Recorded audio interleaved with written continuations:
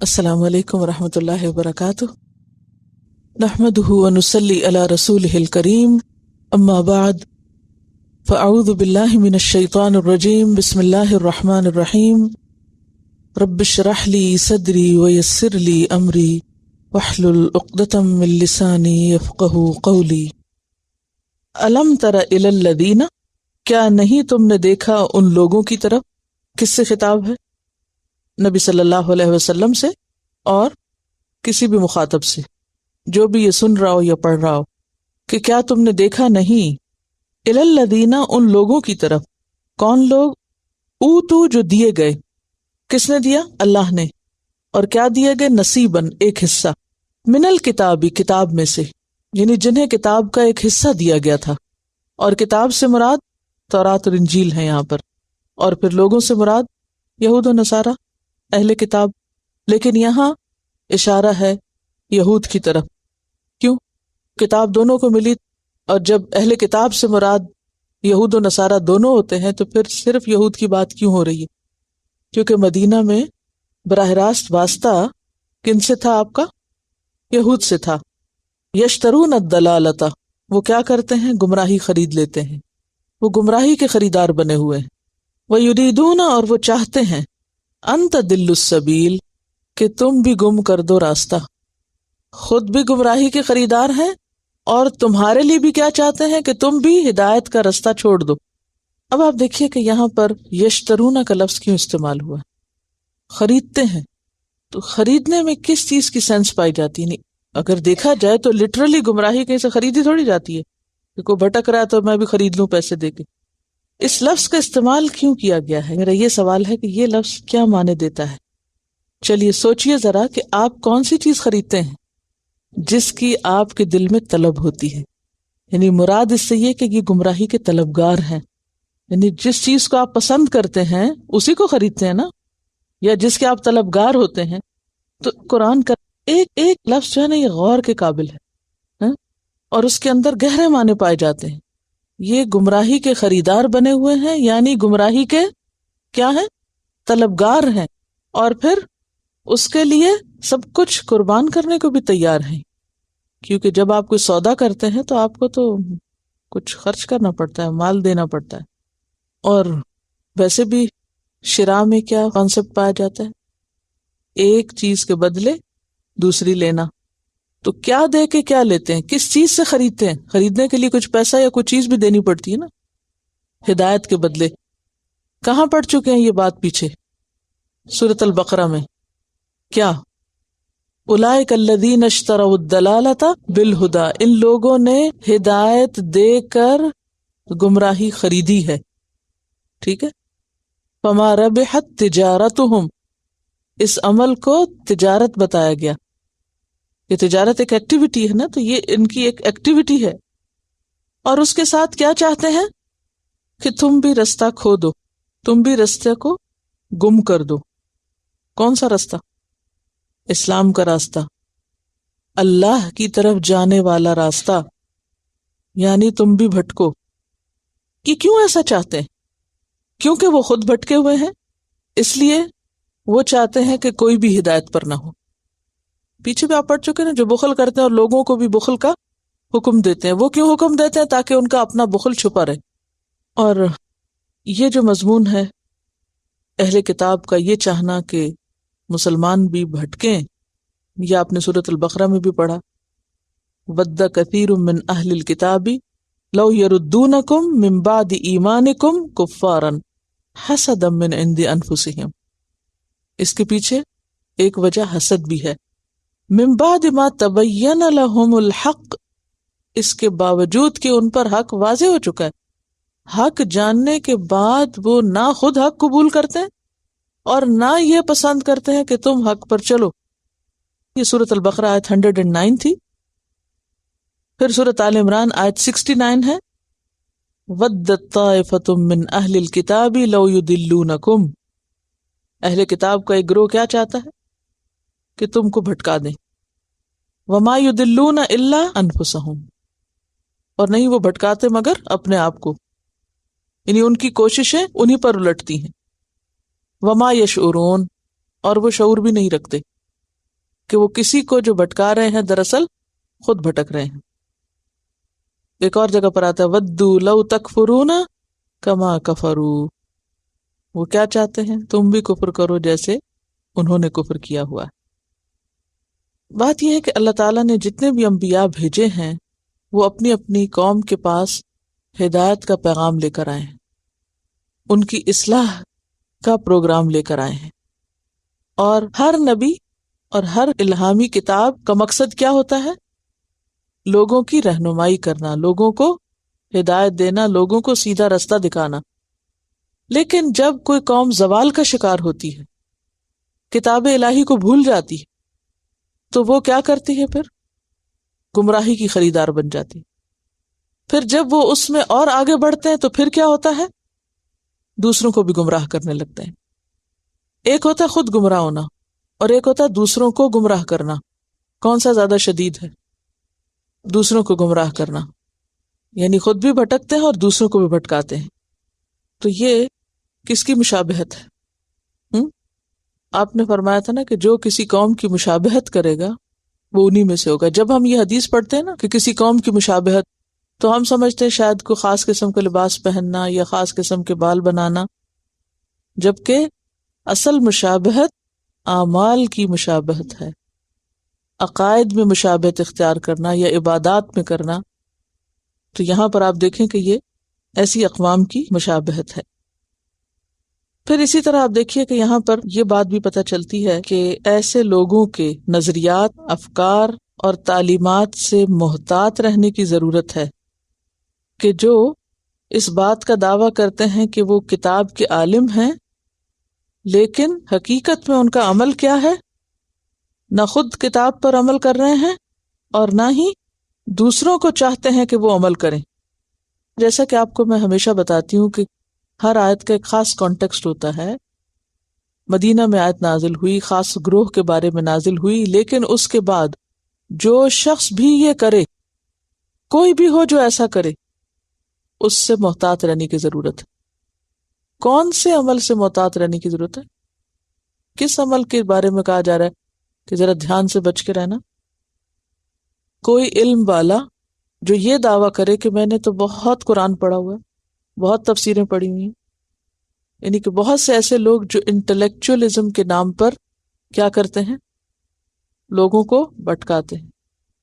بعض ایسی کتابیں بھی اسلام کے نام پہ لکھی جاتی ہیں، بعض ایسے ادارے بھی، ایسی یونیورسٹیز، ایسے اسکالرز، ایسے پروگرام پائے جاتے ہیں کہ جن کا اصل مقصد لوگوں کو ہدایت دینا نہیں ہوتا بلکہ ہدایت سے الٹا بھٹکا دینا ہوتا ہے. بعض ویب سائٹس ایسی ہیں کہ جن کا نام اسلام رکھا ہوا ہے یا اسلام کے نام سے منسوب ہے، لیکن اصل مقصد کیا ہے؟ اسلام سے بھٹکانا. یہ آپ دیکھیے کہ کتنی گہری بات یہاں کی جا رہی ہے. کیا تم دیکھتے ہو ان لوگوں کو؟ دیکھو کا کیا مطلب ہے؟ کیا مطلب ہے کیا دیکھا تم نے؟ جب آپ کسی کو کہتے ہیں تم نے فلاں چیز دیکھی ہے، کیا وہ کہنا مقصود ہوتا ہے؟ تم جانتے ہو، تمہارے علم میں ہے؟ Do you know that? ہاں، کیا تم نے دیکھا ہے ان لوگوں کو جن کے پاس کتاب کا علم ہے؟ اب افسوس یہ کہ اگرچہ یہ کسی اور گروہ کے بارے میں کہا جائے، لیکن سو کالڈ مسلمانوں کے اندر بھی ایسے لوگ موجود ہیں کہ جن کے پاس کتاب کا علم بھی ہے، ہاں، اور پھر اس کے باوجود وہ عمل کرتے کہیں دکھائی نہیں دیتے. بعض اوقات حیرت ہوتی ہے نا کہ ایک شخص اتنا قرآن پڑھا ہوا اور اس کے عمل میں کچھ بھی نظر نہیں آ رہا، اسلام کی کوئی خوشبو ہی نہیں ہے کہیں. ایسے لوگ بھی آپ کو دکھائی دیں گے. ہاں، پھر انسان پریشانی کا شکار ہوتا ہے کہ کس کی بات سچ مانے، کس کی نہیں مانے. تو وہ تو اللہ تعالیٰ آپ کو صاف بتا رہے ہیں کہ بعض لوگ ایسے ہیں جن کے پاس کتاب کا ایک حصہ ہے. اب یہاں یہ یاد رکھیے، کتاب کا ایک حصہ نصیباً ہے، پورا علم نہیں ہے. اس میں کیا ہے؟ یا تو پھر صرف الفاظ کا علم ہے، جیسے رٹ لیا قرآن.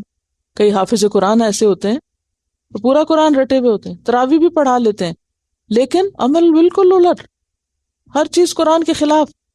تو ایسے کیا کہیں گے کہ ایک حصہ کتاب کا ہے ان کے پاس، یعنی کتاب یاد ہے ان کو، مگر یہ نہیں پتا کہ کتاب کہتی کیا ہے. نماز تک کے معنی نہیں آتے، سمجھ ہی کچھ نہیں. ہم مسلمانوں کے اندر ایسے لوگ موجود ہیں اصل چیز یہ نہیں ہے کہ کسی کے پیچھے انسان آنکھیں بند کر کے اس لیے چل پڑے کہ وہ بہت بڑا اسکالر، ناموں پہ نہیں جانا، تو پھر کہاں سے پتہ کرے؟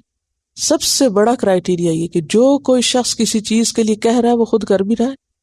اسلام کو ایک مینٹل ایکسرسائز یا ایک انٹلیکچوئل ایکٹیویٹی بنا لیا ہے، اور بس لمبی لمبی بحثیں کرنا اور بڑی بڑی باتیں کرنا اور بڑے بڑے فلسفے جھاڑنا اور بڑی خوبصورت گفتگو کرنا، لیکن نماز کا وقت آئے تو اٹھ کے نماز تک نہ پڑھنا۔ کیا سمجھ میں آ رہا ہے کچھ؟ تو یہ ایک بہت تکلیف دہ چیز ہے، اور ہم سب کو اس سے پناہ مانگنی چاہیے کہ کہیں ایسا نہ ہو کہ کتاب پڑھ کے ہم ایسے لوگ بنے۔ تو اللہ تعالیٰ اس پر کیا فرما رہے؟ الم تر الی الذین اوتوا نصیبا من الکتاب یشترون الضلالہ۔ یشترون کو آپ صرف خرید و فروخت نہیں بلکہ وہ طلب اور وہ جو بھاگ دوڑ ہے اس کی طرف جائیں کہ وہ خریدتے ہیں گمراہی، وَيُرِيدُونَ أَن تَضِلُّوا السَّبِيلَ، اور ایسی باتیں کرتے ہیں کہ تم کو بھی بھٹکا دیں، وہ چاہتے ہیں کہ تم بھی بھٹک جاؤ۔ بعض لوگ ایسے تھے کہ جو پڑھے لکھے بھی ہوتے ہیں، خود عمل نہیں ہوتا، اور اگر کوئی عمل کرنے والا عمل کرنا چاہے تو عموماً کیا کہتے ہیں؟ آخر ہم نے بھی پڑھا ہے، ہم تو یہ سب نہیں کرتے، تم یہ سب کیوں کر رہے ہو؟ یہ سب کچھ کرنے کے لیے تھوڑی ہے، اور یہ صرف پڑھنے کے لیے، یہ تو صرف جاننے کے لیے۔ بعض لوگ اسلامیات میں بھی پی ایچ ڈیز ہوں گے لیکن عمل بالکل الٹ۔ اب نقصان یہ ہوتا ہے کہ جو شخص دین پڑھا ہوا نہیں اس کو تو آپ یہ کہہ کے معاف کر دیتے ہیں بیچارہ لا علم ہے، لیکن جو شخص بہت پڑھا لکھا ہو پھر اگر وہ کوئی عمل نہیں کرتا تو دوسرے کیا کہتے ہیں؟ آخر اس نے بھی تو پڑھا ہوا نا، وہ بھی تو نہیں کر رہا۔ یہی بھٹکانے کا ذریعہ بن جاتا ہے پھر۔ ٹھیک ہے، یہاں ایک خاص فتنے کی طرف اشارہ ہے جو دین کے نام پر لوگوں کو بھٹکانے کا ذریعہ بنتا ہے۔ تو فرمایا ایسے لوگ تمہارے دشمن ہیں، واللہ اعلم باعدائکم، اللہ تمہارے دشمنوں کو خوب جانتا ہے، اللہ خوب علم رکھتا ہے۔ عالم کا لفظ ہے، یہ نہیں کہا عالم، کیا کہا؟ عالم۔ عالم کا کیا معنی؟ زیادہ جاننے والا۔ اللہ کو خوب بہت اچھی طرح پتا ہے، کس کا؟ بِأَعْدَائِكُمْ، تمہارے دشمنوں کا۔ یہاں اعداء کا لفظ کس کی جمع ہے؟ عدو کی۔ کس کو یہاں اعداء کہا جا رہا ہے؟ جو تمہارے اندر موجود ہیں، اعدائکم منکم، جن کے پاس علم بھی موجود ہے، انہوں نے اسلام کا لبادہ بھی اوڑھا ہوا ہے لیکن اندر سے اسلام کی جڑیں کاٹ رہے ہیں، دین کو نقصان دے رہے ہیں۔ وَكَفَى بِاللَّهِ وَلِيًّا، ایسے میں انسان کو پریشانی بہت ہوتی ہے نا، پھر کرے کیا؟ کیسے محتاط رہے؟ کیسے پتہ چلے؟ فرمایا وَكَفَى بِاللَّهِ وَلِيًّا، اگر تمہاری نیت صادق ہے، تمہاری طلب سچی ہے، تو اللہ کی مدد تمہیں کافی ہو جائے گی۔ جب کبھی ایسی کوئی صورتحال پیش آئے تو انسان کا عمل کیا ہونا چاہیے؟ بہت سے لوگ کیا کرتے ہیں؟ ایسے لوگوں کے خلاف اٹھ کے تقریریں شروع کر دیتے ہیں، وہ فلاں کو دیکھو وہ بڑا اسکالر بنا پھرتا ہے اور یہ کہتا ہے اور وہ یوں بھٹکاتا ہے وہ بھٹکاتا ہے۔ اس کی بجائے ہونا کیا چاہیے؟ انسان اللہ سے دعا کرے کہ یا رب تو مجھے حق کا رستہ دکھا، تو مجھے بھٹکنے سے بچا۔ وَكَفَى بِاللَّهِ وَلِيًّا۔ اب آپ خود سوچیے ذرا، آپ دیکھیں نا آیات کا سیکوینس کہ دشمن موجود ہیں، بھٹکانے والے موجود ہیں، نہ خود کچھ کرتے ہیں نہ کرنے دیتے ہیں۔ اب ایسے میں تم کس کو مددگار سمجھو؟ اپنے رب کو۔ وَكَفَى بِاللَّهِ نَصِيرًا، اور کافی ہے اللہ مددگار۔ نصیر بمانا ناصر، دفاع کرنے والا۔ یعنی بعض اوقات ہم خود بھی نہیں جانتے ہوتے کہ ہمارا دوست کون ہے اور دشمن کون ہے، اور بعض لوگ دوستی کے روپ میں کیا کرتے ہیں؟ دشمنی۔ کیسے؟ دوسروں کے راز لینے کے لیے لوگ اوپر اوپر سے دوست بن جاتے ہیں اور ان کی چھپی باتیں معلوم کرتے ہیں۔ یہاں آپ دیکھیے کتنا پیار آتا ہے نا اللہ تعالیٰ پہ۔ اللہ تعالیٰ فرماتے ہیں اللہ تمہارے دشمنوں کو سب سے زیادہ جانتا ہے کہ کون کون تمہارا دشمن۔ اگر تم سچے ہو تو پھر وہ تمہاری مدد کرے گا، اس کی سرپرستی تمہیں حاصل ہوگی، وہ تمہارا دفاع کرے گا، وہ تم کو بچا لے گا، وہ تمہیں بھٹکنے نہیں دے گا۔ ہاں، یعنی انسان خود نہیں جانتا اس کا دوست کون ہے اور دشمن کون ہے۔ بعض لوگ دوست کے روپ میں دشمن ہوتے ہیں، بلکہ اکثر ہوتے ہیں. کیوں؟ کیونکہ انسان جو کہنا میں دشمن ہوں اس کی تو کچھ سنے گا نہیں، ہاں؟ لیکن جو کہتا ہے میں تمہارا دوست ہوں، خیر خواہ ہوں، وہ زہر بھی کھلا دے تو کھانے کو تیار ہو جاتا ہے انسان. تو بدترین دشمنی کون سی ہے؟ جو دوستی کے روپ میں ہو. اور اگر جنرل عام سینس میں دیکھا جائے تو بعض اوقات دوست دشمن کیسے ہوتے ہیں؟ دوستوں میں دشمن تلاش کیجئے، مشکل کام ہے نا. یعنی جن لوگوں کے ساتھ ہمارے بہت اچھے ریلیشن شپ ہوتے ہیں، بعض اوقات وہ ہم پر انفلوئنس کر رہے ہوتے ہیں، برا انفلوئنس رکھتے ہیں. ان کی کمپنی میں ان کے انفلوئنس میں آ کر ہم کیا کرتے ہیں؟ جو اچھے کام کرے تو وہ بھی چھوڑ دیتے ہیں، وہ بھی چھوڑ کے بیٹھ جاتے ہیں. کوئی ضروری نہیں، وہ میری دوست بھی تو نہیں کرتی. حدیث میں آتا ہے نا، انسان اپنے دوست کے دین پر ہوتا ہے. تو یہ دیکھو کہ کس کو دوست بنایا ہوا ہے، کیونکہ لا محالہ تم اس سے متاثر ہوگے. بعض اوقات آپ نے دیکھا ہوگا دوست نمازیں لیٹ کر آتے ہیں، بعض اوقات آپ کو دین پر آنے نہیں دیتے. بہت سے لوگوں کے لیے روک اور رکاوٹ کون ہوتے ہیں دین کی طرف آنے کے لیے؟ دوست ہوتے ہیں. ہاں؟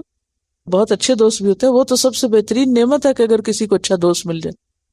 لیکن یہاں کہنے کا مطلب یہ ہے کہ اللہ زیادہ جانتا ہے کہ تمہارا دوست کون ہے اور دشمن کون ہے. ایسے میں انسان کو اصل ضرورت ہے اللہ سے مضبوط تعلق قائم کرنے کی. وَكَفَى بِاللَّهِ وَلِيًّا وَكَفَى بِاللَّهِ نَصِيرًا. اب آپ دیکھیے اس آیت میں بھی اور اس کے علاوہ اس قسم کے اور مقامات پر بھی عموماً جب ہم باہر خطرہ دیکھتے ہیں تو مقابلہ کیسے کرتے ہیں؟ جب ہم خطرہ محسوس کرتے ہیں کہیں سے کہ میرا ایمان نہ چلا جائے، کوئی مجھے بھٹکا نہ دے، کوئی مجھے گمراہ نہ کر دے، کوئی مجھے یہ نہ کر دے وہ نہ کر دے، تو جب انسان کو خوف ہوتا ہے تو فوراً کیا شروع ہوتا ہے؟ اندر سے ڈیفینسو سسٹم آپ کا الرٹ ہو جاتا ہے. اچھا، آپ اپنی ساری قوت کہاں لگانے لگتے ہیں؟ باہر لگانے لگتے ہیں. یہاں سے کیا پتا چلتا ہے کہ قوت کدھر لگاؤ؟ اندر. پروٹیکشن کہاں سیکھ کرو؟ مضبوط کیسے بنو؟ اللہ کی مدد سے، اللہ سے دعا کر کے، اللہ سے تعلق قائم کر کے. اور جب اللہ آپ کا مددگار ہو جائے تو کتنی بڑی تسلی ہے اس میں.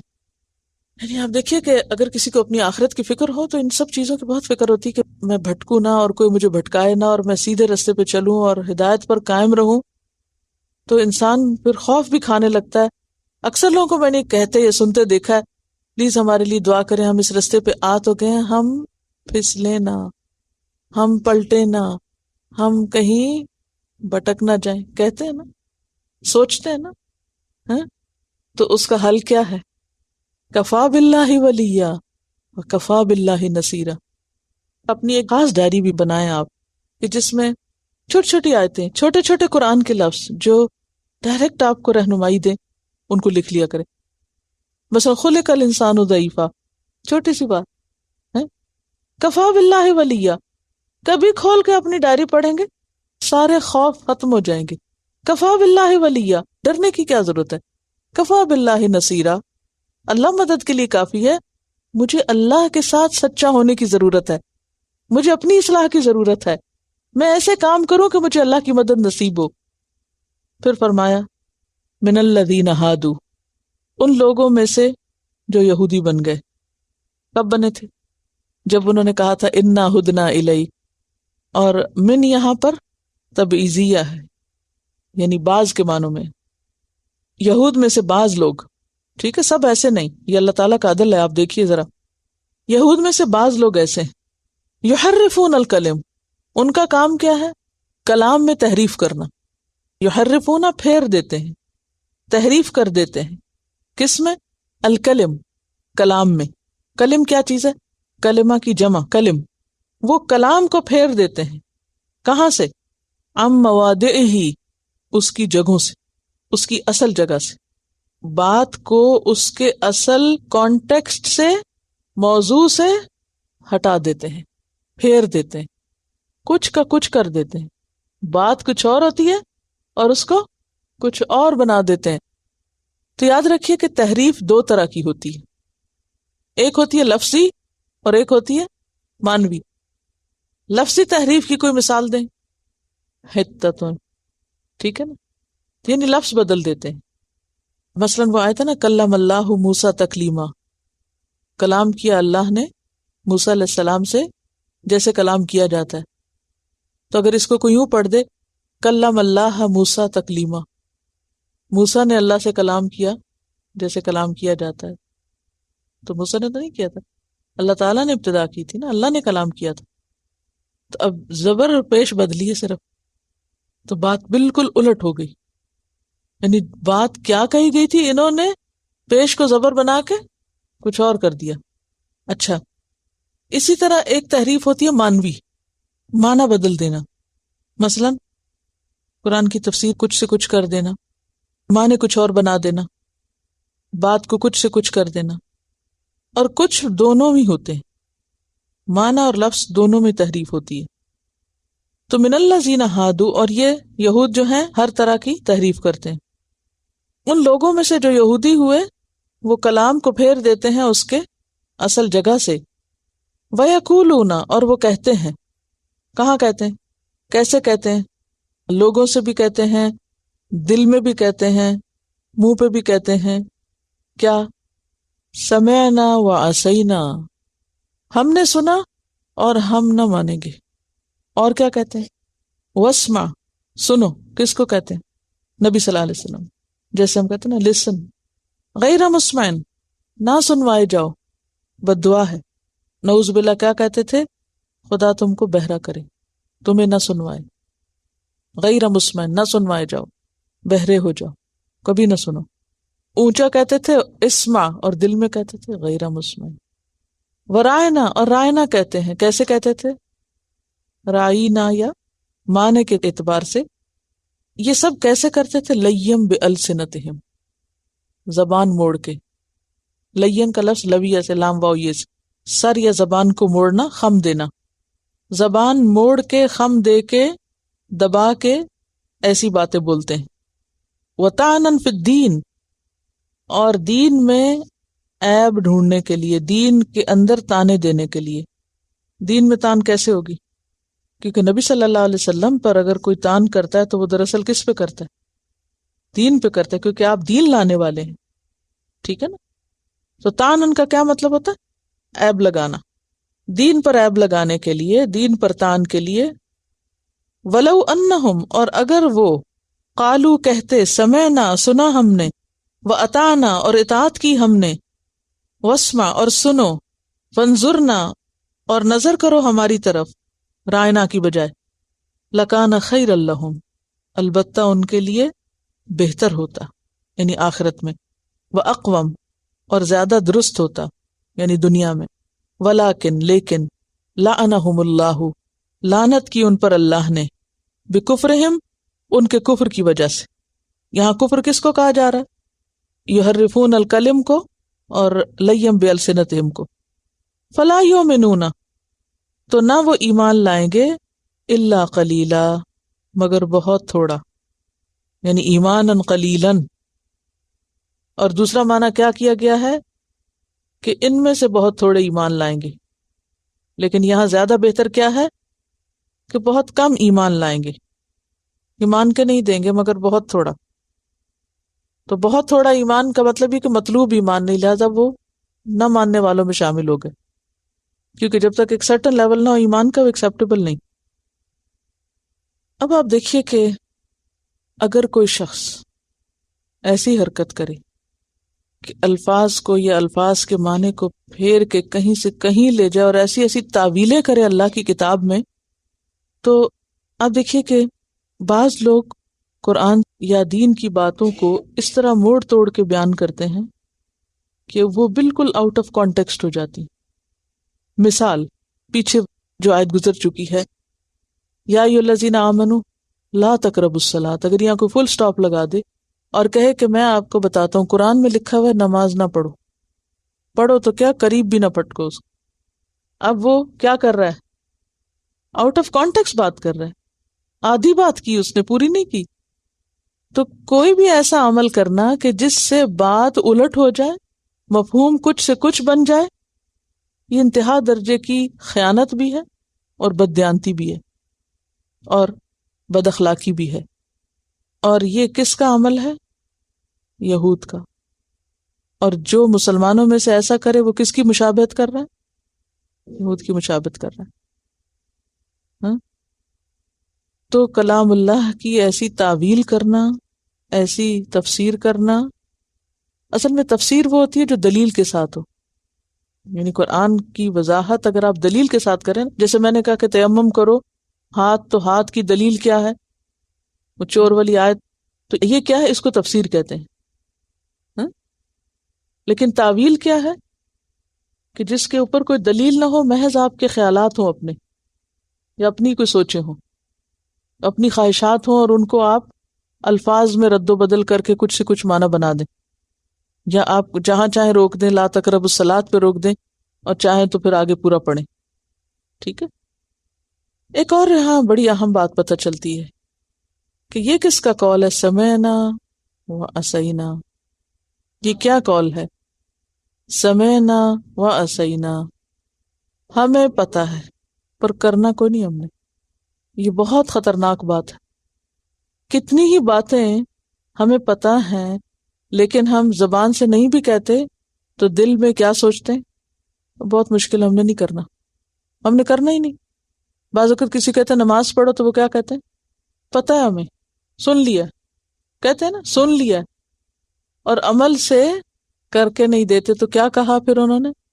عصینا، سمعنا، ہم نے سن لیا، ہمیں پتہ چل گیا، پتہ ہے ہمیں، پہلے ہی پتہ ہے. وہ عصینا، ہم نے ماننا کوئی نہیں. یہ انتہائی خطرناک چیز ہے. ہم کسی اور کے بارے میں نہیں، اپنے بارے میں سوچیں کہ کہیں ہمارا رویہ تو ایسا نہیں کہ ہم کہیں سنا ہوا ہے، سن لیا ہم نے، تو دیکھا جائے گا. آج کے دور میں کون عمل کرتا ہے؟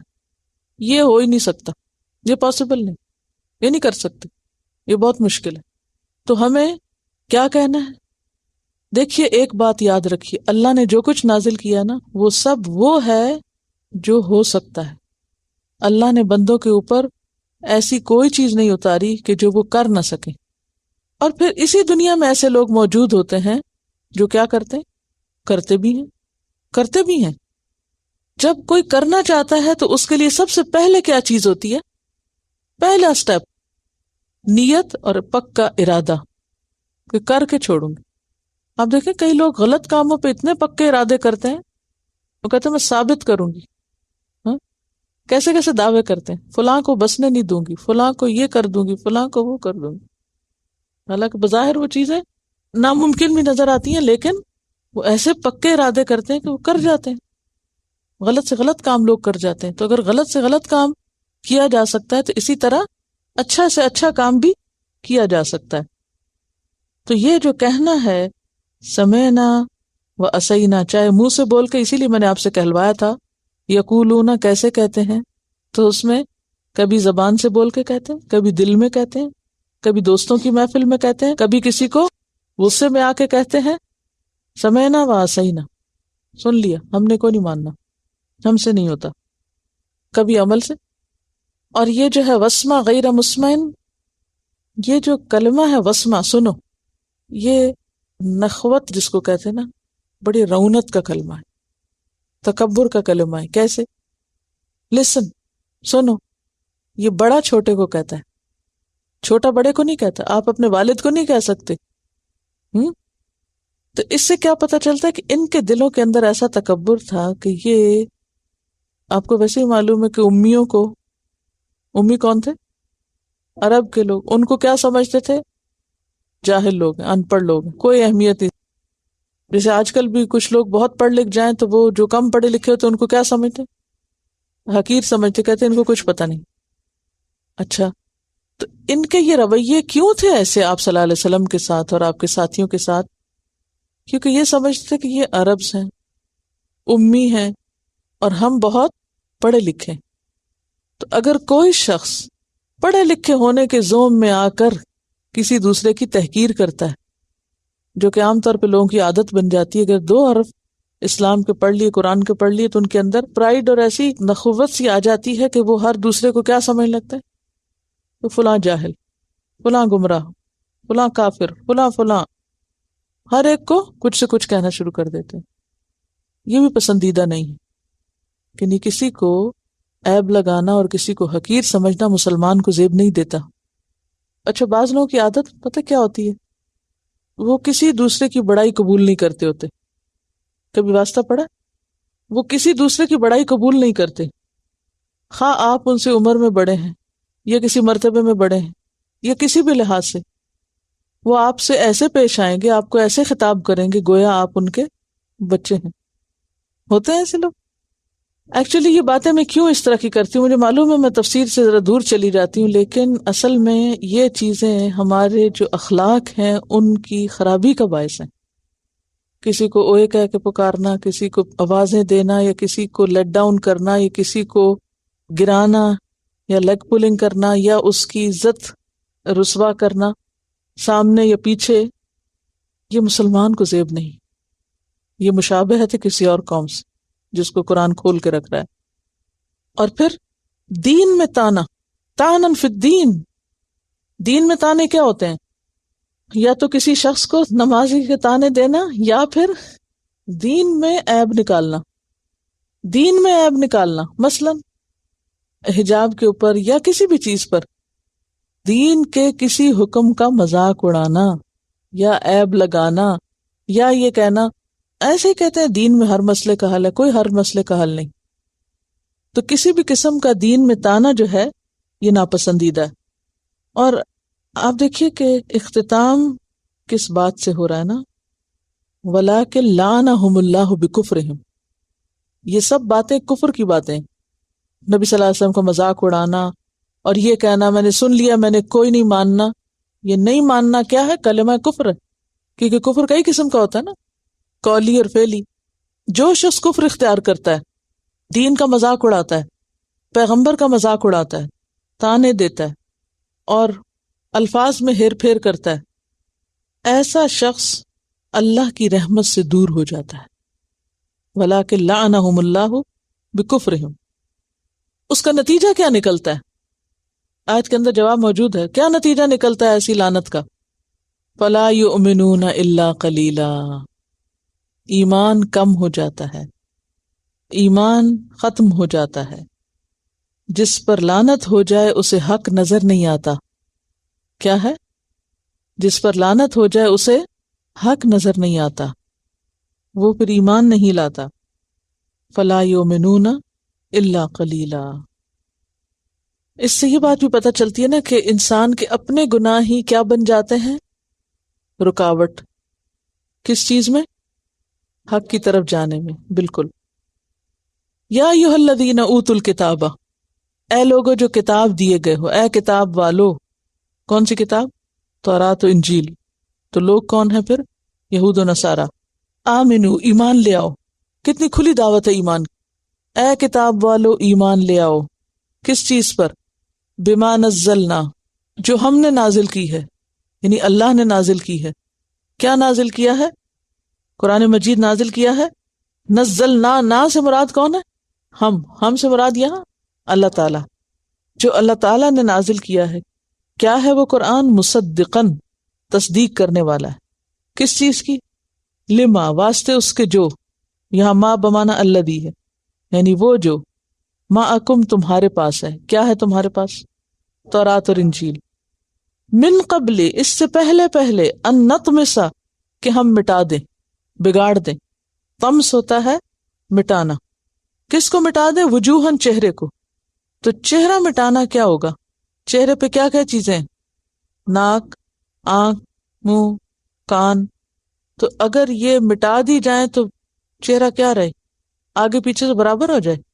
اگر سر مٹا دے تو بال ہٹ جائیں تو جو سر کی سکن ہے وہ ایسی جیسے داڑھی اگر شیو کر دی جائے تو داڑھی کی سکن اور سر کی بالوں کی مونڈے ہوئی کی سکن ایک ہی جیسی ہو جائے، نہ پتہ چلے کہ چہرے کا سامنے کیسا ہے یا پیچھے کیسا ہے. تو سامنے اور پیچھے میں فرق کیا چیزیں کر رہی ہیں؟ آنکھ کان کر رہے ہیں نا. تو ہم چہرے مٹا دیں یعنی تمہاری شکل مسخ کر دیں. کیوں چہرے کیوں مٹائیں؟ واہ چہرے، اس لیے کہ اللہ نے آنکھ دی ہے دیکھنے کے لیے. تو جس کو حق نظر نہ آئے اس کی آنکھ پھر کس کام کی آنکھ؟ بہتر ہے وہ آنکھ لے لی جائے. جس کے کانوں سے حق سن کے اس کو سمجھ نہ آئے تو اس کان کا کیا فائدہ؟ پھر بہتر ہے کہ کیا کیا جائے؟ کان مٹا دیے جائیں. ان کا ہونا اور نہ ہونا برابر ہے. تو اس کے لیے کیا کہا؟ من قبل ان نطمس وجوہا، اے لوگو ڈرو، خدا کا خوف کرو، ایمان لے آؤ اس سے پہلے پہلے کہ ہم تمہارے چہرے مٹا دیں. اچھا، اب ایک تو ہے حصی طور پر چہرے مٹانا کہ واقعی کسی کی ناک آنکھ کان نہ رہے اور پلین ہو جائے سب کچھ، اور دوسرا ہے مانوی طور پر. مانوی طور پر کا کیا مطلب ہے؟ کہ ویسے تو آنکھ کان ہوں لیکن کچھ سمجھ نہ آئے، ان کو سمجھنے کی توفیق چھن جائے. کیونکہ جب بے حسی اپنی آخری حد کو پہنچتی ہے تو وہ کیا بن جاتی ہے؟ گویا کہ آپ کے پاس کان اور آنکھ ہے ہی کوئی نہیں، گویا آپ سن ہی نہیں رہے، گویا آپ دیکھ ہی نہیں رہے. جو دیکھ کے نہ دیکھے وہ ایسا ہی ہے نا، گویا اس کے پاس آنکھ نہیں. جو سن کے نہ سنے وہ کیا ہے؟ گویا اس کے پاس کان نہیں. تو جب آنکھ نہیں رہی آپ کی، کان نہیں رہے، تو کیا ہوا؟ گویا مٹ گئے. تو یہاں طمس مانوی بھی ہو سکتا ہے اور طمس حصی بھی ہو سکتا ہے. یعنی اللہ تعالیٰ نے جیسے ان کو بندر بنایا، اسی طرح وہ چاہے تو چہرہ برابر کر دے، اور یہ نہیں تو ایسی بے حسی تم پہ ڈالے کہ پھر تمہیں سوچنے سمجھنے کی صلاحیت ہی نہ رہے، وہ بھی ختم ہو جائے. سم بکم عمی فہم لا یرجعون. بالکل یہی کیفیت یہاں بیان ہو رہی ہے. فَنَرُدَّهَا عَلَىٰ أَدْبَارِهَا، پھر پھیر دیں ہم ان کو ان کے پیچھے، یعنی پیٹھ کی طرف یا ان کی پشت کی طرف. یعنی آگے کا چہرہ ایسے ہو جائے جیسے پیچھے کا ہے، کیونکہ پیچھے کچھ بھی نہیں ہوتا نا. یعنی چہرے ایسے ہو جائیں جیسے پیچھے والا حصہ ہوتا ہے سر کا، سامنے کا حصہ ایسا ہو جائے جیسے پیچھے ہے، فرنٹ بیک سب برابر ہو جائے، یہ مراد ہے. یا ہم ان پہ لعنت کریں، کما لعنا، جیسے ہم نے لعنت کی تھی یا ہم لعنت کر چکے. کس پر؟ اصحاب السبت، ہفتے والوں پر. ہفتے والوں پہ کیا لعنت ہوئی تھی؟ بندر بنا دیے گئے تھے. کونوا قردۃ خاسئین وکان امر اللہ مفعولا.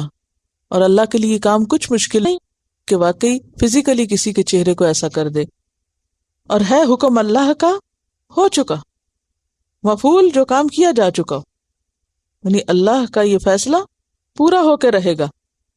اب علماء نے اس میں غور و غوص کیا کہ کیا یہ حکم پورا ہو چکا ہے یا ہوگا. بعض یہ کہتے ہیں کہ مانوی طور پر تو ہو چکا ہے، لیکن حصی طور پر اللہ کی دھمکی باقی ہے قیامت کے دن تک، کہ ایسا ہو سکتا ہے کہ لٹرلی فزیکلی بھی، جس طرح پہلے مسخ ہوا نا، کیونکہ اللہ تعالیٰ فرماتے ہیں جیسے ہم نے اصحاب سبت کے ساتھ کیا تھا، ان کے چہرے بدلے تھے. کیسے؟ ان کے چہرے کیسے بدلے تھے؟ جیسے ان کے چہرے بندر کی شکل میں بدل گئے تھے، ایسے ہی ان کے چہرے مٹا کے رکھ دیے جائیں گے.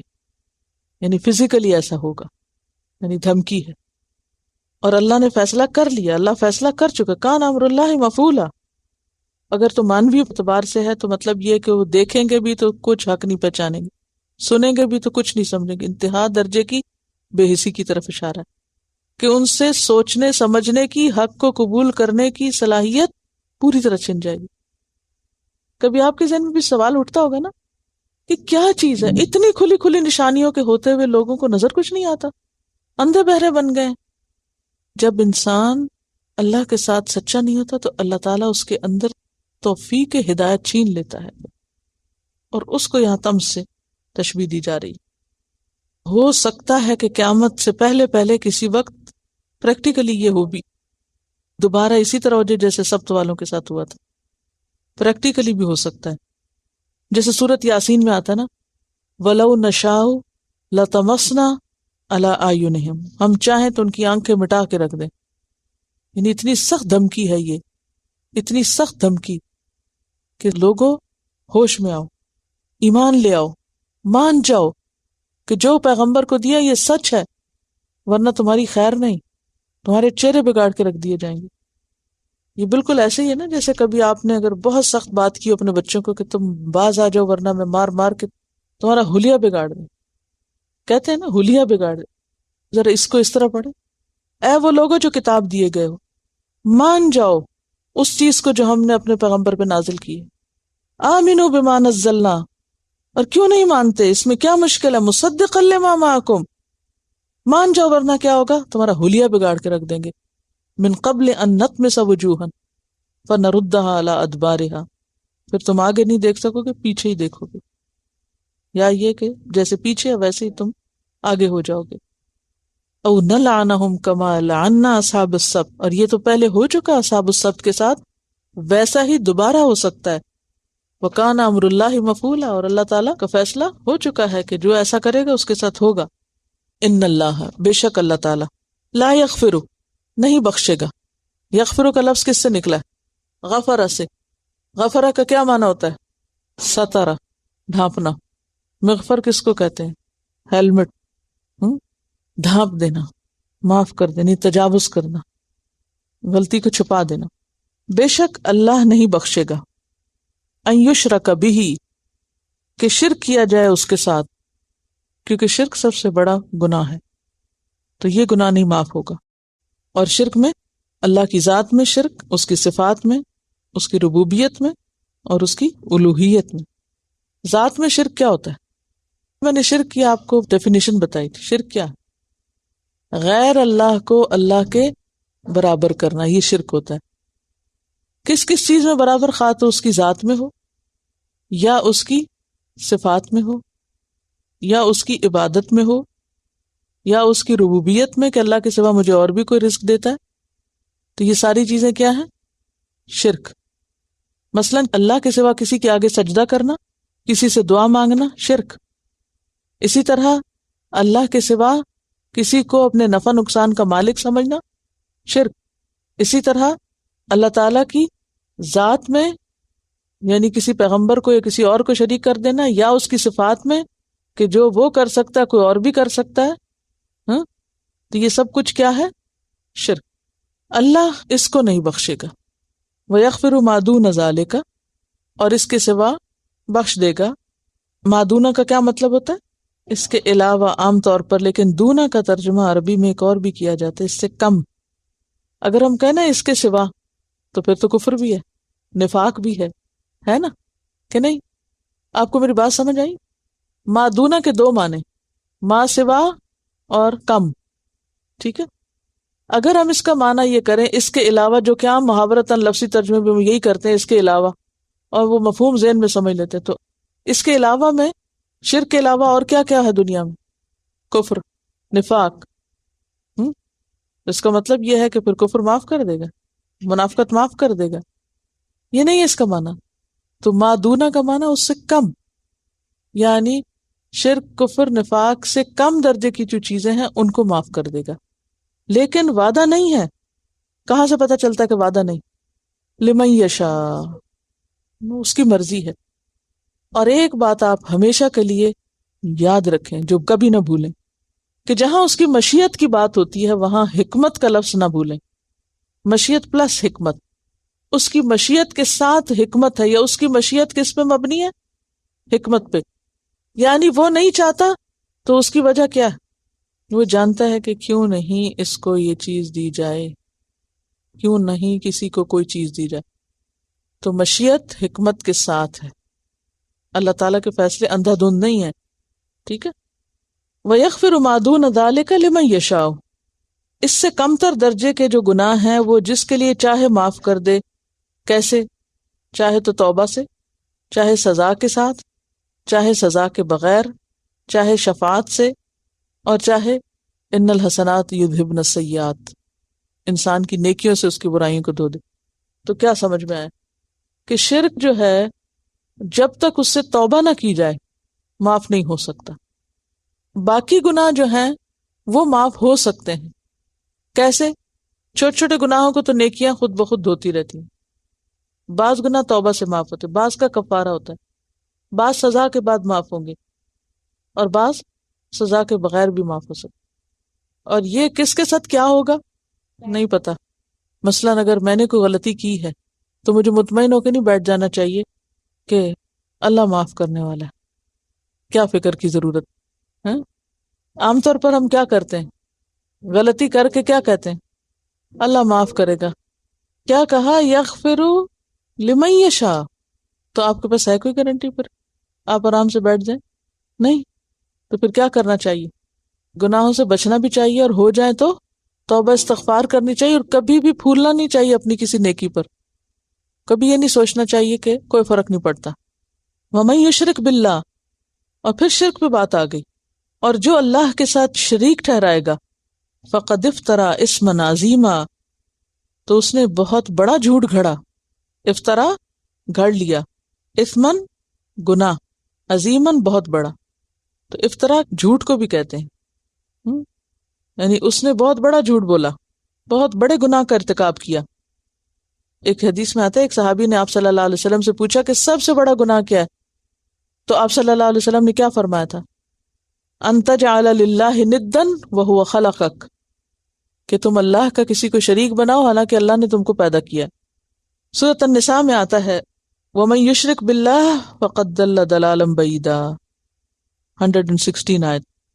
سورۃ المائدہ آیت نمبر 72 میں آتا ہے انہ من یشرک باللہ، جس نے اللہ کے ساتھ کسی کو شریک ٹھہرایا، فقد حرم اللہ علیہ الجنۃ ومأواہ النار، تو اللہ نے اس کے لیے جنت کو حرام کر دیا اور اس کا ٹھکانہ آگ ہے. تو بخشش کی گارنٹی تو کسی کے پاس نہیں. اسی لیے ایمان کس چیز کا نام ہے؟ خوف اور امید کے بیچ کا. نہ تو مایوس ہو، مایوسی بھی کفر ہے، اور امید رکھنا کہ کچھ انسان نیکی کرے ہی نہ، بے فکر ہو جائے، یہ بھی غلط ہے. اور شرک کی دو بڑی قسمیں یہ بھی بیان کی جاتی ہیں، شرک اکبر اور شرک اصغر. شرک اصغر کیا ہے؟ دکھاوا، ریاکاری. ہم اللہ کی ذات میں تو کسی کو شریک نہیں کرتے، مگر اللہ کا جو حق ہے اس میں شرک کرتے ہیں. کیسے کہ نیکی کا مقصد کیا ہونا چاہیے؟ اللہ راضی ہو. تو جب ہم اوروں کو خوش کرنے دوڑ پڑتے ہیں تو کیا کیا؟ الم تر الی الذین یزکون انفسہم، کیا تم نے دیکھا ان لوگوں کو جو اپنے آپ کو پاکیزہ قرار دیتے ہیں؟ اب یہاں پھر الم تر آ گیا، کیا مطلب ہے؟ Do you know that? کبھی تم نے اس پہ غور کیا، کبھی سوچا کہ ایسے لوگ بھی ہوتے ہیں جو اپنے آپ کو بڑا نیک سمجھتے ہوتے ہیں؟ بہت سے لوگ اپنی نیکیوں کا بہت زوم رکھتے ہیں اور اپنے آپ کو بڑی چیز سمجھتے ہیں. تو فرمایا کیا تم نے دیکھا ایسے لوگوں کو جو اپنے آپ کو بڑا پاکیزہ سمجھتے ہیں؟ اس میں وہ سارے لوگ شامل ہیں جو اس حرکت کا شکار ہو، اور اس میں وہ ساری مین حرکتیں شامل ہیں جس میں انسان کہے میرا کوئی قصور نہیں، اور ہر وقت اپنا دفاع کرتا رہے. کچھ لوگوں کی عادت ہوتی ہے اگر ان کو ذرا سا کسی غلطی پہ توجہ دلائی جائے نا کہ یہ چیز ٹھیک نہیں، تو وہ چھوڑیں گے نہیں، آپ کو سارا دن وضاحتیں پیش کرتے رہیں گے. نہیں، آپ کو نہیں پتا کہ یہ کام میں نے کیوں کیا اور اس کے پیچھے کیا وجہ تھی اور اس کی کیا حقیقت ہے اور یہ کیوں ہے اور یہ کیوں ہے.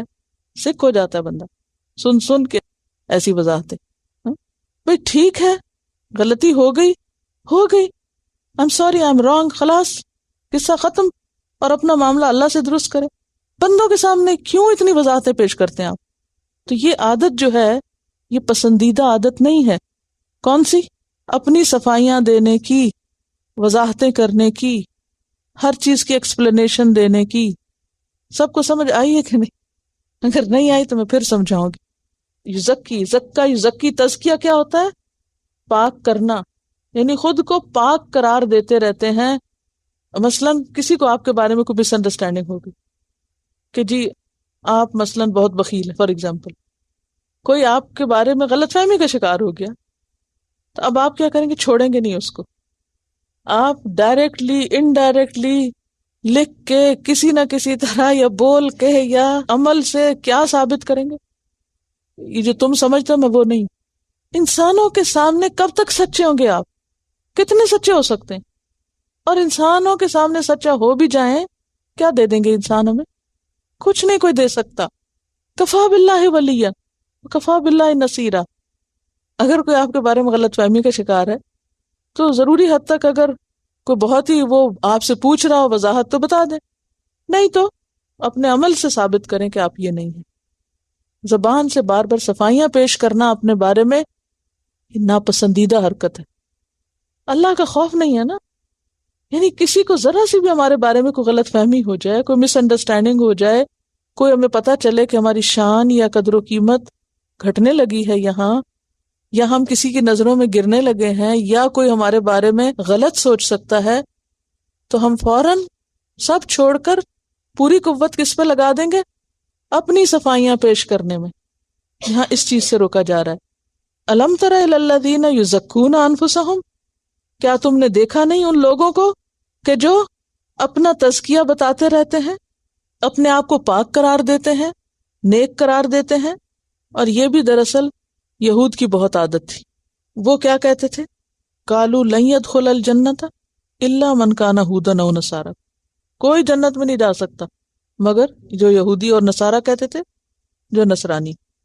پھر کیا کہتے تھے؟ نحن ابناء اللہ واحباؤ، ہم اللہ کے بیٹے ہیں، اس کے بڑے پیارے ہیں.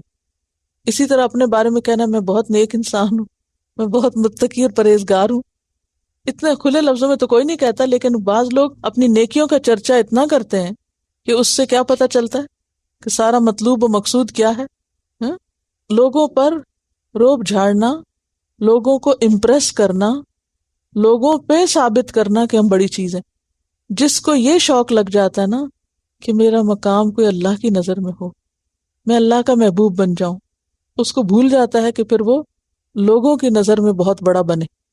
یہ ایک بہت سخت ویکنس ہوتی ہے لوگوں کی توجہ چاہنے کی یا لوگوں کے سامنے اچھا بننے کی، اس وقت جب انسان کے ذہن سے یہ محو ہو جاتا ہے کہ میرا حساب کسی اور کے ساتھ، اور وہاں مجھے سچا ہونے کی ضرورت ہے. بل اللہ یزکی من یشاء، بلکہ اللہ پاک کرتا ہے جس کو وہ چاہتا ہے.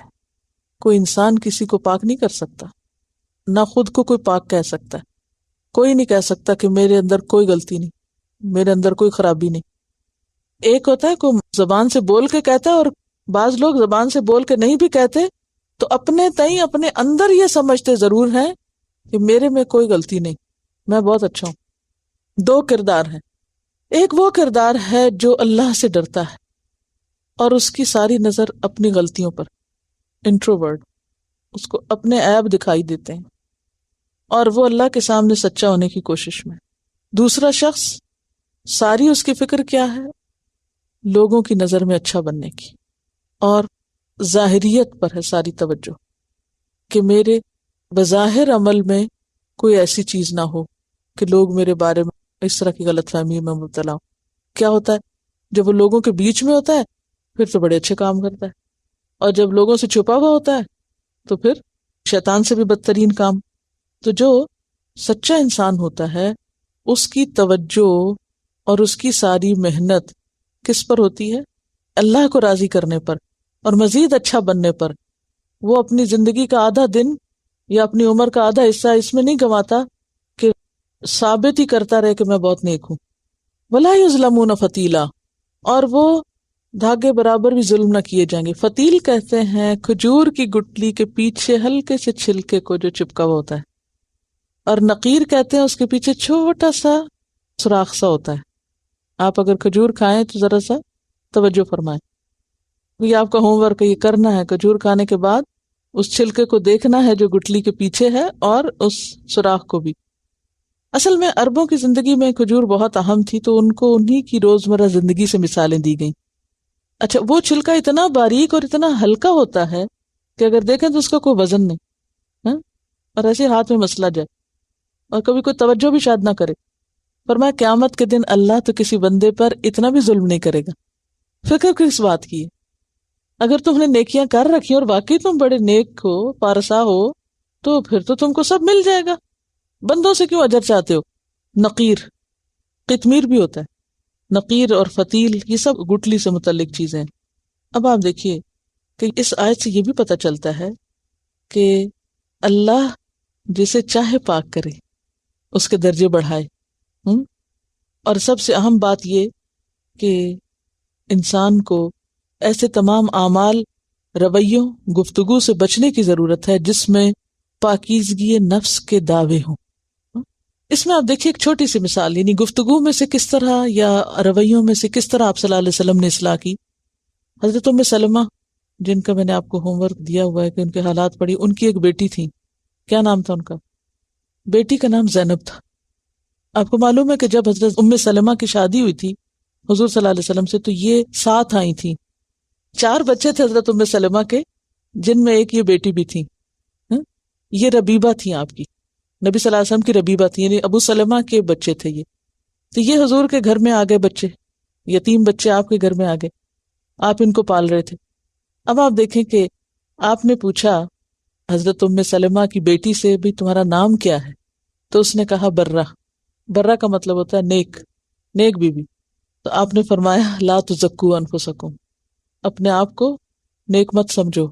سموہا زینب، تو آپ نے اس کا نام پھر زینب رکھ دیا. کہا کہ اس کا نام زینب پکارو، نام بدل دیا.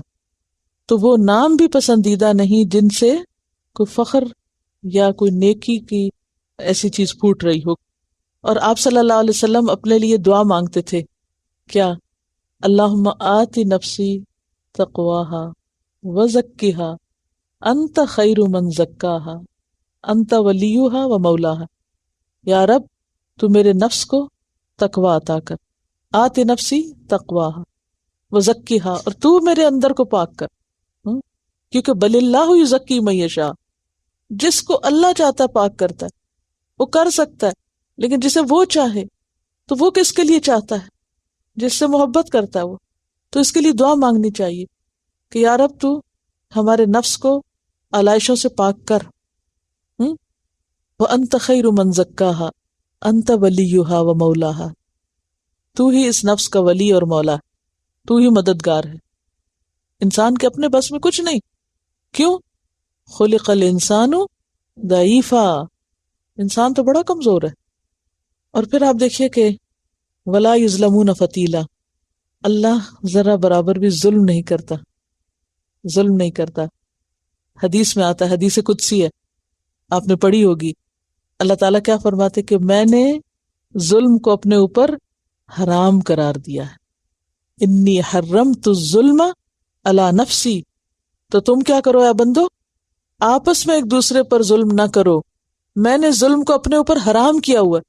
اس سے پتہ چلتا ہے کہ اللہ تعالیٰ قیامت کے دن جو فیصلے کرے گا وہ سراسر انصاف پہ مبنی ہو.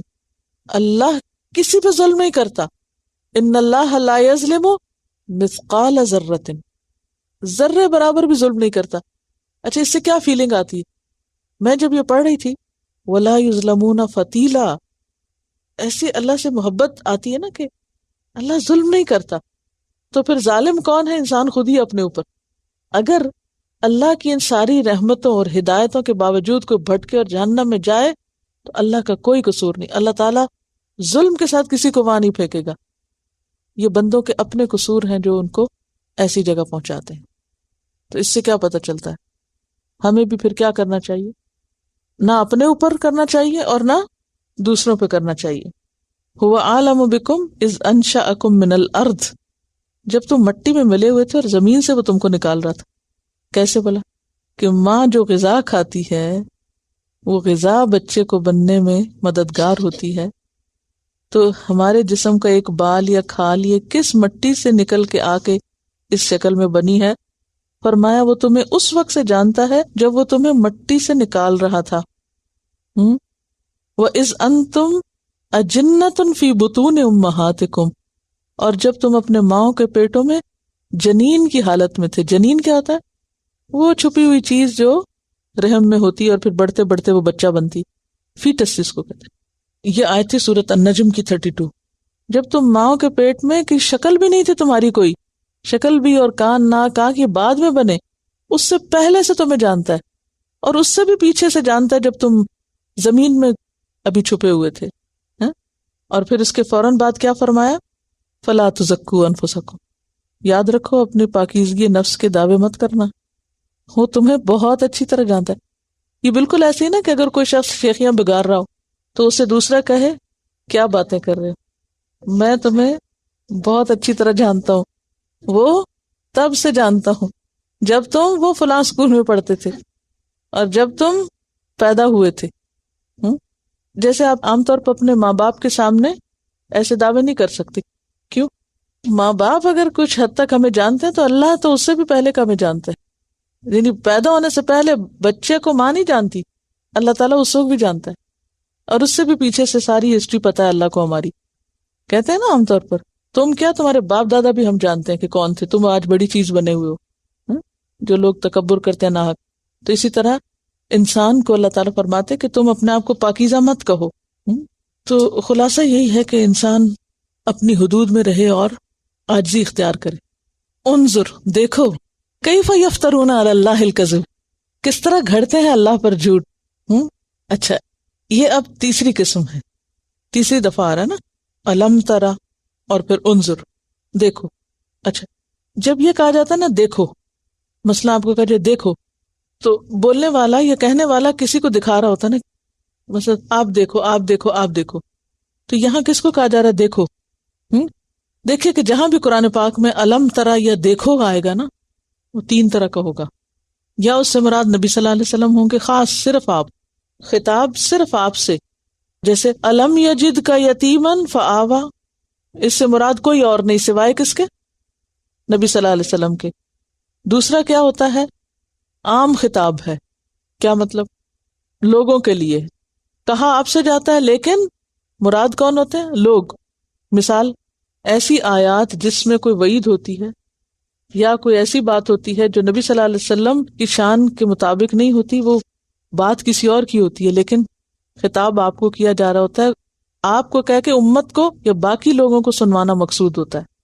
ٹھیک ہے، وہ تو ویسے دکھانا مقصود ہے. اور ایک ہوتا ہے آپ کو بھی بتانا اور سب کو بتانا. انشاءاللہ جہاں جہاں آئیں گے تو میں آپ کو بتا دوں گی. یہاں جو ہے عام خطاب ہے، آپ کو بتانا بھی مقصود ہے اور سب کو. انظر دیکھو، یہ کیوں کہا جاتا ہے دیکھو؟ یہ کب کہتے ہیں ہم؟ لک، توجہ دلانے کے لیے. کیفا کس طرح، یفترون یہ گھڑ رہے ہیں، اللہ الکذب یہ اللہ پہ کیسے کیسے جھوٹ باندھ رہے ہیں.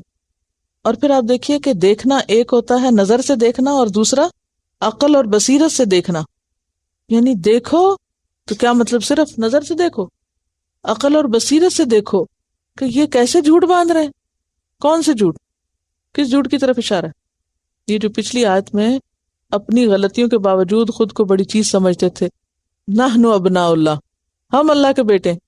کہاں کہا اللہ نے کہ تم میرے بیٹے ہو؟ وہ احباء، یہ کہتے تھے ہم اللہ کے بڑے پیارے لوگ ہیں. آج امت محمد بھی سمجھتے ہیں تو بڑے لاڈلے ہیں، اور اس لیے ہماری کوئی پوچھ نہیں ہوگی، کوئی پکڑ نہیں ہوگی. یہ ہے نا خیالات اور عقائد اور نظریات. اور یہود میں بھی یہی نظریات تھے، ہم اللہ کے محبوب ہیں، ساری دنیا میں سے اس نے ہمیں چن لیا، چوزن پیپل. اس کو اللہ تعالیٰ کیا فرما رہے؟ انظر کیف یفترون علی اللہ الکذب، یہ کیسے جھوٹی باتیں کرتے ہیں اور یہ اللہ سے منسوب کر رہے ہیں کہ اللہ نے ہم کو یہ کہا ہے. وَكَفَى بِهِ إِثْمًا مُبِينًا، کافی ہے اس کا کس کا؟ جھوٹ کا. ہی کی ضمیر جاری جھوٹ کی طرف، لکھ لیجئے ورنہ آپ تفسیر صحیح نہیں کر سکیں گے.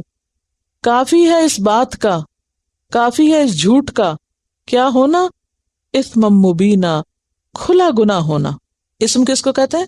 گناہ کو. اور مبینہ کھلا، فی نفسہ و فی غیرہ، کہ یہ گناہ بذات خود بھی بہت برا ہے اور اس کا اثر دوسروں پر بھی ٹھیک نہیں ہوگا.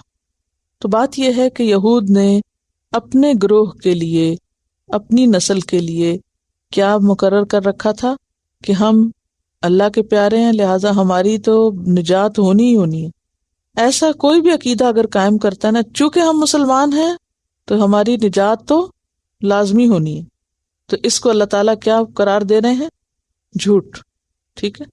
اور اسی طرح اللہ کے نام پہ اور جھوٹ گھڑنے میں کیا آتا ہے؟ یہ تو خاص معنی تھا نا آیت سے متعلق، لیکن عام طور پر کسی چیز کو حلال کہہ دینا جبکہ وہ حلال نہ ہو، ھذا حلال و ھذا حرام، کسی چیز کو حلال کسی کو حرام قرار دینا، یہ بھی کیا ہے؟ جھوٹ گھڑنا اللہ پر. کیوں؟ کیونکہ حلال اور حرام کا اختیار کس کے پاس ہے؟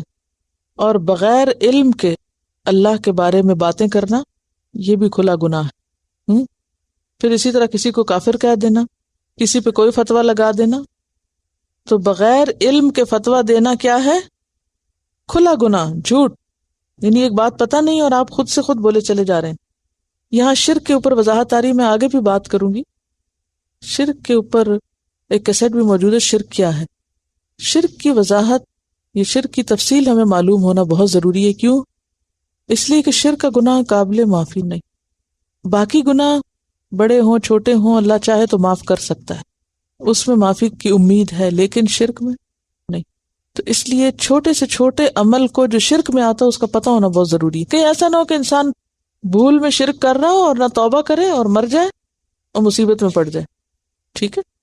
سب سے بڑا جھوٹ یہ ہے کہ انسان اپنے آپ کو نیک سمجھے، اور اس کا کھلم کھلا گناہ ہونا یہی کافی ہے۔ کتنی سخت بات ہے یہ، لیکن ہم اس کی شدت کو محسوس ہی نہیں کرتے، اور یہیں سے ساری خرابیاں شروع ہوتی ہیں جب ہم اپنے آپ کو بہت نیک سمجھ لیتے ہیں، بہت اچھا سمجھ لیتے ہیں، اصلاح کی گنجائش ختم ہو جاتی ہے نا پھر۔ وآخر دعوانا ان الحمد للہ رب العالمین۔ سبحانک اللہم وبحمدک لا الہ الا انت نستغفرک ونتوب الیک۔ السلام علیکم ورحمۃ اللہ وبرکاتہ۔